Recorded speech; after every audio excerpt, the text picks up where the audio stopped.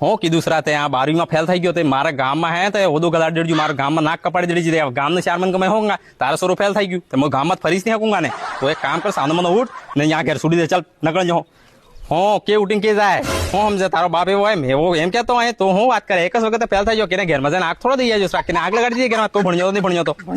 બસ ભણ્યો તો પછી ફેલ થઈ ગયો હું તારી ગલતી ને આ ગામ જે ચાર મન કહે કે આણંદ પોતે સોરો 10-15 વખત ફેલ થઈ ગયા તો કહેતા રહી ચાર મન વાત કરી નહીં સાંભળવી ને મારે કેવું સાંભળરા જંડર સોરો પાસ થાય તંડર એને કઈ દિક્કત નહીં ચલો સોરો મારી નીકળી ગયા પણ સોરો જંડર ફેલ થાય તંડર હું એને દિમાગ થોડોક માસૂમ આવે તો એમનો અવળા ફવળાથી વિચાર આવે કે અમે ઘેરવાળો હું કહી દઈંગા અને પેલો કહી દઈએ ફલન પછી હું ગલત કદમ ઉઠાડી દઈએ સોરો પછી ગલત કદમ તો ઉઠાડી દો મારે તો લીવાન દેવા પડી નહીં તારો બાપ તો હાથે ટેન્શન ન કેલે મોર હાથ તો નહીં મસ્કાઈ રહેજો જંડર સોરો ફેલ થાય તંડર હાથ તો પહેલા ઘેર સોરો હું સોચે કે મારા ઘેરવાળા મેં હાથ આલી ને ઘેરવાળા પાસે હાથ ધોઈ સોરા ભાઈ પડી જાય પછી સોરાનો દિમાગ તો ઉલટો ચાલવાનો છે ને આ સ્કૂલમાં જ ફેલ થઈ ગયો અસલ જિંદગીમાં થોડો ફેલ થઈ ગયો પાછો ભરાડે પાછો પાસ થઈ જાય હું કઈ દિક્કત છે એનામાં કઈ દિક્કત નહીં બસ બીજી વખત મહેનત કરીને અચ્છો ખાસો બનાવી દો પાછો હું પાછો હું બીજા પાછા હતા વગરે પાછો હા યો કે બાપે સોરો વગાડવા વાળી વાત કરે સોરો વગાડવા વાળી વાત નહીં કરતો સોરો દિમાગ થોડોક માસૂમ આવે એટલે થોડોક ઇજ્જત થકી પૈસા આવણો થોડોક નરમ થકી પૈસા આવણો આપણે કાંટા પાસે જમાય નહીં તો કાઢી એમ